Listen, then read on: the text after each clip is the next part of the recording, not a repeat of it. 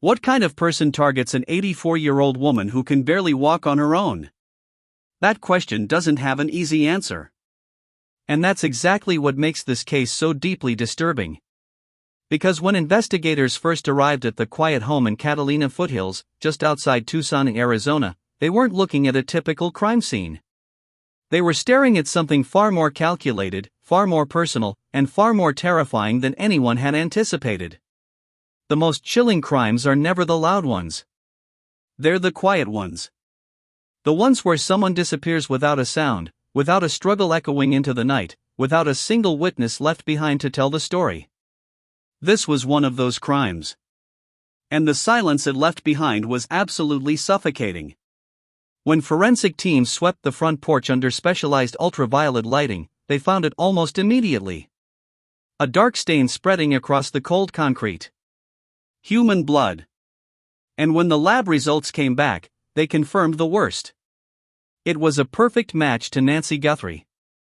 But it wasn't just the presence of blood that alarmed investigators. It was the pattern. In most violent abductions, blood tells a story.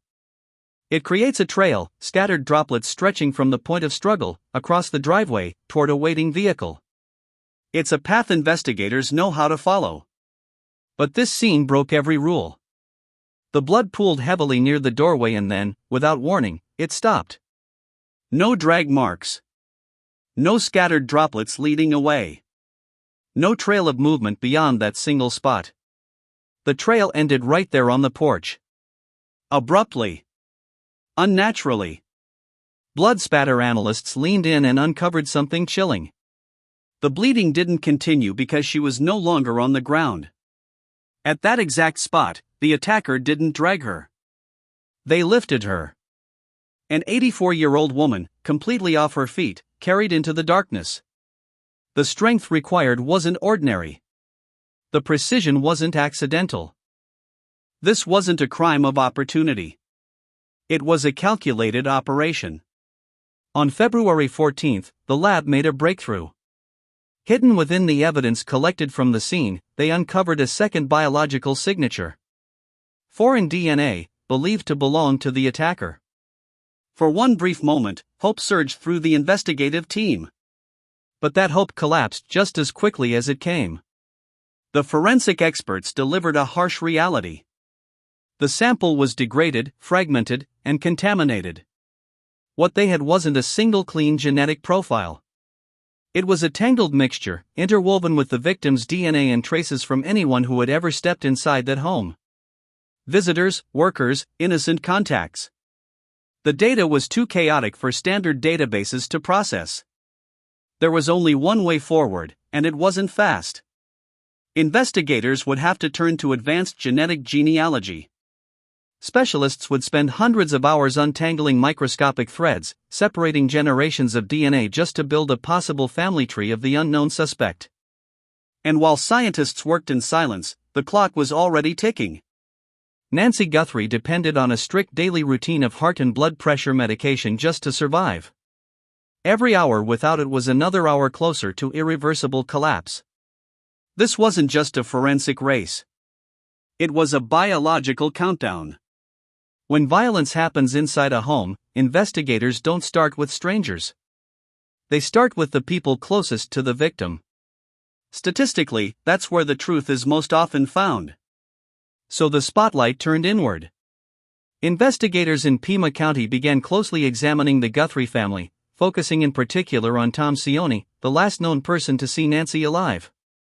He had dropped her home at exactly 9:50 p.m. on January 31, walked her to the door, made sure she was safely inside, and left. As pressure built, the case spilled into the public sphere. Social media exploded with accusations, theories, and finger-pointing. Most of it driven not by evidence, but by imagination. But the actual evidence told a very different story. The family didn't hesitate. They handed over their phones, their computers, allowed full searches of their homes and vehicles without asking for warrants. They endured hours of intense questioning and faced investigators head-on with nothing to conceal. And then on February 16, Sheriff Chris Nano stepped forward with a statement that cut through all the noise. It was definitive. The entire Guthrie family was removed from suspicion. They were not involved. They were victims of a brutal crime, not the cause of it. Just like that, the rumors lost their foundation. The investigation had a new direction. With the family cleared, all focus shifted back to the unknown figure. The masked man dressed in dark clothing. Detectives expanded their search far beyond the home, organizing large-scale sweeps across nearby neighborhoods and the surrounding desert terrain. And then, nearly 2 miles away from that silent front porch, a patrol officer noticed something half-buried in the dirt. A single tactical glove. It was carefully collected and rushed to the lab. And when investigators enhanced the damaged security footage, one detail stood out immediately. The glove wasn't just similar to what the suspect had been wearing. It was nearly identical. A single mistake during the escape had left behind a crucial piece of evidence. But that glove also raised a terrifying question. How did the suspect manage to move an 84-year-old woman nearly 2 miles without being seen, without triggering a single camera, without leaving a trace that anyone could follow? The leads were drying up. The DNA was still being processed. And with every passing hour, time was slipping further away. And then the digital silence shattered. Messages began pouring into police systems and private inboxes. The person behind the abduction had finally reached out. Or so it seemed. One message demanded a full Bitcoin transfer to an untraceable wallet. Another escalated even further. $16 million in exchange for Nancy's safe return. For investigators, this felt like the first real breakthrough. The porch had revealed the violence. But these messages revealed the motive. Money. Clear, direct, and undeniable. The case shifted instantly. This was no longer just an abduction. It had become a negotiation. The cyber division moved fast, tracking every digital trace left behind. IP addresses were pulled. Email routes were mapped. Every byte of data was analyzed in real time. For the first time since the disappearance, the invisible enemy had stepped forward and put a price on Nancy Guthrie's life. Behind the scenes, technical teams worked relentlessly, tracing signals across continents, unraveling layers of encryption, and mapping out a complex web of offshore servers and hidden networks. It was sophisticated, deliberate, and almost flawless. But step by step, investigators began closing in. Resources poured in. Strike teams were mobilized. Plans were drawn up for coordinated raids based on the traced locations. Inside the briefing room, tension reached its peak as tactical units prepared to move. They believed they understood the motive. They believed they were hours away from action. Certainty, however, can be the most dangerous illusion in any investigation. Because beneath the surface of every assumption, something didn't fit. Nancy Guthrie wasn't a typical target. And the truth they were chasing was about to collapse entirely. The shadow they had been following across the digital landscape didn't belong to the man on the porch. Every breadcrumb. Every transaction. Every traced signal. It wasn't leading them to a hidden location with a hostage. It was leading them straight into a carefully constructed illusion. A trap. When tactical teams finally zeroed in on the coordinates and prepared to breach, they expected resistance, weapons, a captive fighting to survive. Instead, what they found shattered the entire narrative.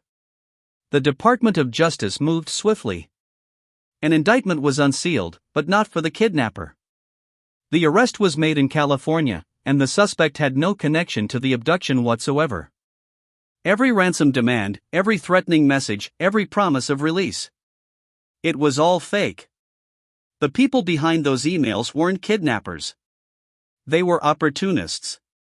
They had watched the case unfold on national television and saw a chance to exploit a desperate family.